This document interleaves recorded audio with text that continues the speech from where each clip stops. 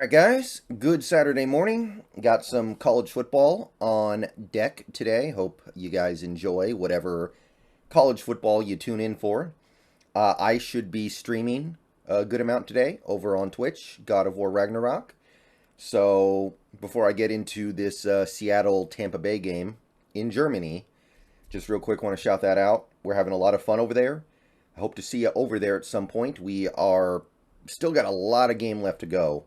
Really excited about the way things are going so far. So hopefully, if you find some time today and you're trying to figure out what to do, you can come chill with us over on Twitch. Link in the description. Okay, so we're playing in Germany. We've got the Tampa Bay Buccaneers. We've got unplowed soil over there in Europe. And that's definitely going to add an interesting wrinkle to this game.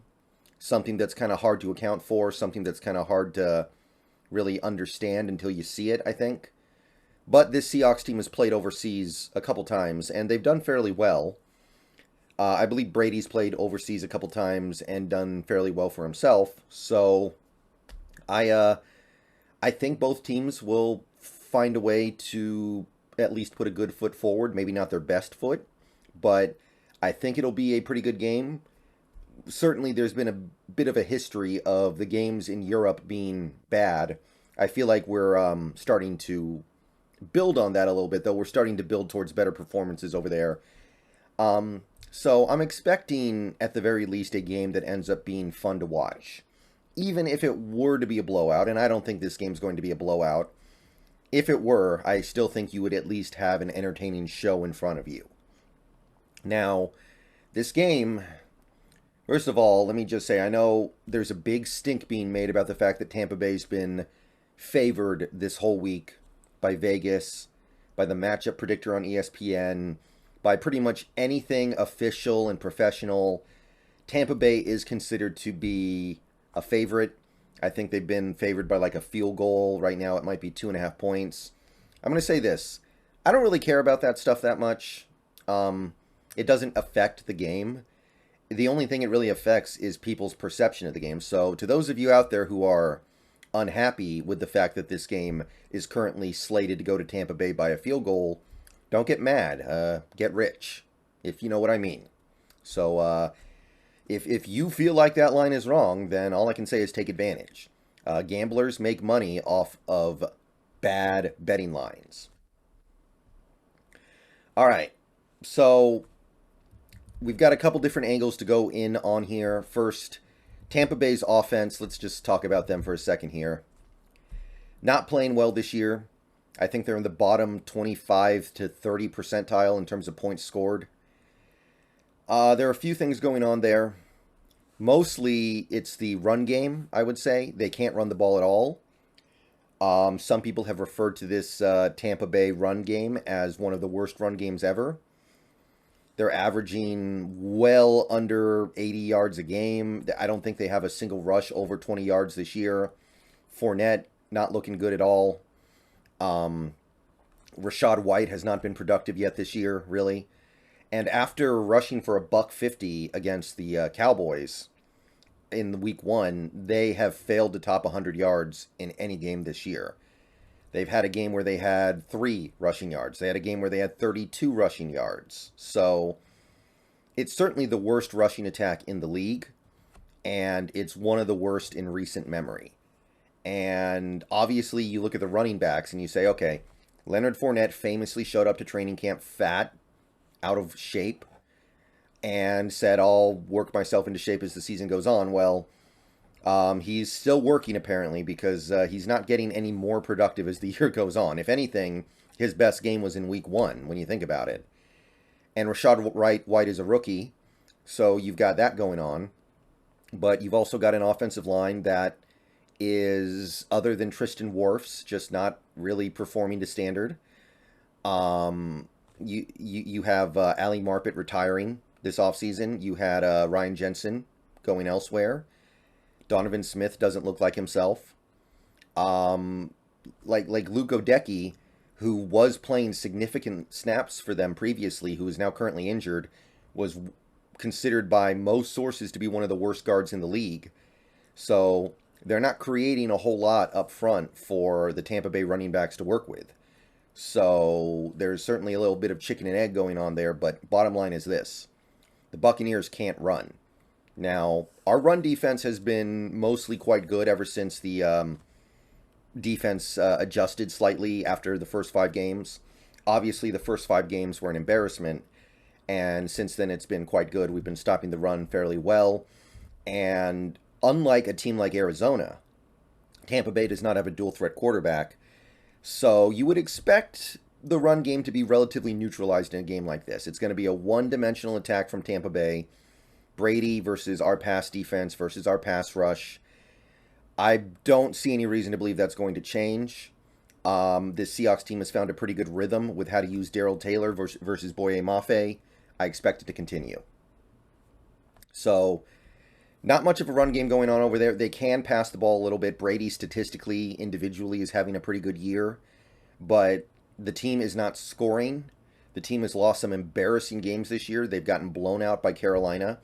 They got beat by Pittsburgh, a game where, by the way, Pittsburgh was up most of the way. That was not some weird fluky game where Pittsburgh took the lead at the last second on a game-winning drive. No, they led most of the way and then packed the game away with a couple of late first downs. So it's not a very good offense overall. Part of the problem is that they're very, very focused on short passes. They're very focused on just keeping things close to the line of scrimmage. They're focused on getting the ball out of Brady's hands quickly. So without that ability to make big plays down the field, that's part of the reason why their run game is struggling too, honestly. But the question is, when are they going to try to take the top off a little bit here? Because they have receivers who can make big plays down the field. Mike Evans, and when healthy, which is rarely, admittedly, but when healthy, Julio Jones, they can streak down the field and make plays. Brady's got some arm left. It's obviously not what it used to be, but he can push the ball down the field a little bit. The real question is, can the offensive line hold up long enough? And it's going to be our job to make sure that it doesn't. And historically, the thing that bothers Brady is pressure up the middle. He can deal with pressure off the edge pretty well. He's good at stepping up. He's good at climbing the pocket. But you get pressure on him up the middle, it's hard to deal with. So one thing I would really like to see in this game, potentially, is Jordan Brooks on the blitz. We saw it a little bit against the Saints a month and a half ago, and it was fairly effective. And since then, it's been a little quieter. But I would like to see us send Brooks on the blitz a little bit here, and maybe some Cody Barton as well. I feel like if we can do that, if we can find a way to get pressure on Brady up the middle, because you know our defensive line, while it's playing fairly well right now, the only guy on that front line who gets reliable pressure is Shelby Harris and kind of Quentin Jefferson. He's actually gotten some pretty good pressure numbers this year, I guess. But that defensive line, I don't want it to be all on them. I want to definitely try to blitz up the middle a little bit with Jordan Brooks. And maybe a little bit of Cody Barton too whenever he's out there. But that's one thing that I really want to focus on. Obviously, having Darrell Taylor back is a boon. Uchenna Nwosu's playing great. And he's going to be largely going up against Donovan Smith, who has had a tough time of it this year. But let's get pressure up the middle. I have faith in our corners against their receivers. A little worried about what their tight ends might be able to do. But get pressure up the middle and let the rest take care of itself. So that's how you defeat an offense that has been struggling so far this year. As for their defense, they're pretty good. The Tampa Bay defense mostly this year has been pretty good. Vita Vea has been an absolute monster for them against the run and against the pass.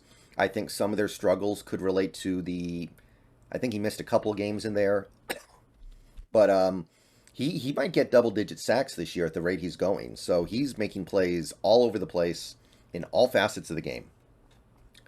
So I can say that. I can say they still got pretty compelling middle linebacker combo. They've got good corners. I like their corners. Jamel Dean's been pretty good. Winfield Jr. plays some corner, plays some safety. Pretty good player at both sides. But it's not the Bucs defense that we saw a couple years ago when they won the Super Bowl. I know that. They can't get pressure the way they used to. You think about that Bucks team a couple years ago. They had JPP, they had Sue, they had Shaq Barrett. They got none of those guys right now. Shaq Barrett's on IR. The other two guys are elsewhere. I think Sue's actually not even on a team right now. But yeah, now they're leaning on a guy like Joe Tryon from, I know him a little bit from UW, who is playing okay so far this year, I think, but not offering the same presence that JPP and Shaq Barrett were. And they don't get pressure overall nearly as well as they used to. That team a couple years ago, they could get pressure with just their front four and make life really, really hard for opposing offenses. This one, not so easy. And ordinarily, you'd be a little bit concerned about your rookie tackles in a game like this. But honestly, I'm kind of not. I think they can hold up. I think they can manage. I think that if Tampa Bay wants to get consistent pressure, they're probably going to have to send some exotic blitzes, which they can do. Obviously, they're a team that likes to send a lot of corner blitzes. Todd Bowles is their coach. I don't think he's able to do all the things that he wants to do with that defense because he's now head coach. We see this sometimes with coordinators becoming coaches. They can't impact the game the way they really want to because their attention has to be split. But it's still a good defense that does send a good amount of exotic stuff at you. So this is going to be another game where Geno Smith, how are you going to read the opposing defense? How are you going to read the blitz? If you can do it successfully, if you can find the right audibles, find the right blocking setups, I believe good things will happen. Our receivers against their cornerbacks is going to be a dogfight, but I like our tight ends against Devin White, who does struggle sometimes in coverage. So go to the 3 tight end sets a lot. It's something that's worked really well. Keep at it. And not only should you keep with the 3 tight end sets for when you're passing the ball, but also when you're running the ball. Tampa Bay, unlike previous years, although they have missed Vita Vea in a couple games, I know he hasn't played the whole season, you can run on them. I believe Carolina ran the ball on them fairly well. I know Baltimore did. Now, Baltimore is a different animal. But generally speaking, teams have been able to run the ball on the Buccaneers. Before this season started, when I looked ahead to this Tampa Bay game, one thing I said was, you do not want to pound the ball on the ground against the Buccaneers because Vita Vea is going to eat you alive. And look, I'm not saying he won't eat you alive, but we've seen enough teams have success running the ball on Tampa Bay to say, you can't just go away from it. You gotta be willing to stick it in there a few times, try to wear them down a little bit, like you wore down Arizona last week, and see if you can find the success that these other teams did. Because right now you've got a fairly special young running back who's doing things really well. So I was concerned going into this game before the season started that we might be running our heads into brick walls against a really good run defense, but that run defense hasn't really been there. I wouldn't say it's any better than their pass defense, honestly. It's had its moments. But even the Cowboys, week 1, I remember that game. Zeke was running well. They just stopped giving him the ball at some point. And you look at all that and you go, you can run the ball on them a little bit. You can move the ball on them on the ground. And I think those 3 tight end sets are going to be very useful in trying to do so. So there are some real weaknesses on this defense that is playing fairly well this year. There are some opportunities to make some plays that wouldn't have been there a couple years ago. A couple years ago, I would have believed that Geno would have just been running for his life the whole game, but not against this pass rush. It's all going to be about the chess match pre-snap, I think. And I believe that when you add all this stuff up, you take a look at what Tampa Bay does well and doesn't do well right now. I'm not gonna start freaking out about a last-minute drive last week against a similarly not very good Rams team. I'm not gonna ascribe some great meaning to them putting together a touchdown drive after, by the way, their previous attempt had failed, and then the Rams just decided to run the ball right at Vita Vea 3 times and punt it right back. I see a lot of opportunities here. I see an opportunity to get this win. Sounds like we're going to have, quote-unquote, home field advantage of some sort because of all the Seahawks fans in Germany. And I believe that this Seahawks team can find a way to a win this week. So it's not going to be easy, but I believe it's there for us. And that's really about all there is to say about this Tampa Bay team. They have good pieces on that defense. Like I said, I love Antoine Winfield Jr. Their middle linebackers are very fun. Joe Tryon's playing decent this year. Vita Vea's a monster. But they have holes. They have holes I didn't think they were going to have. I believe Akeem Hicks, one of their defensive linemen, they picked him up hoping he could be a veteran stopgap. I don't get the sense he's played well this year at all. And hammer those 3 tight end sets until they figure out a way to stop it. Against those linebackers, you should be able to do damage. And on defense, look, they've earned some credibility here, right? The last month has been good. Just keep doing what you're doing and everything's going to be okay. Obviously, there are going to be different challenges. Like, these receivers are better than the receivers we've been playing lately. Probably, right? Like, assuming Mike Evans' foot doesn't fall off at some point and he's hobbling around out there, Tampa Bay with Mike Evans, with Chris Godwin, with Julio Jones, as much as all those guys are currently basically a mash unit, just kind of limping around out there, not at 100%, they're a lot better than what the Giants have. They're a lot better than what the Chargers had when they played us. I don't know if they're better than Arizona, really, but I think they probably are. And they, despite his struggles this year, they do have a better quarterback. So, yeah, let's get this win. Let's go to 7-3.